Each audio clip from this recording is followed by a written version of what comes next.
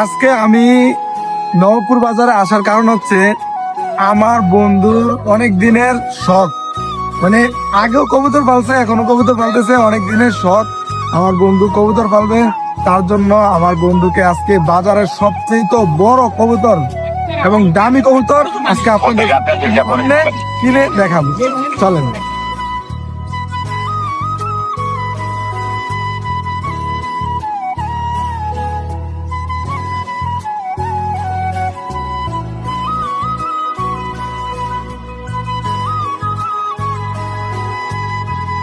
Guys, কবুতর কিনতে আসছিলাম বাট প্রচুর ক্লান্ত হয়ে গেছি। কবুতর কিনেছি, ট্রাই করে দেখি কেমন লাগে।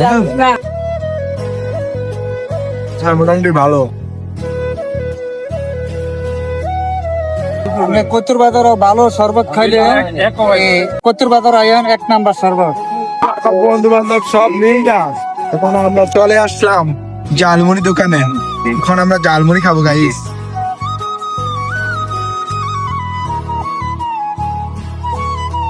অবশেষে আমার বন্ধুরা সবাই মিলে কবুতর, হাঁস, মুরগি যে যা পারবে কিনা লইছে, বুঝছেন নি?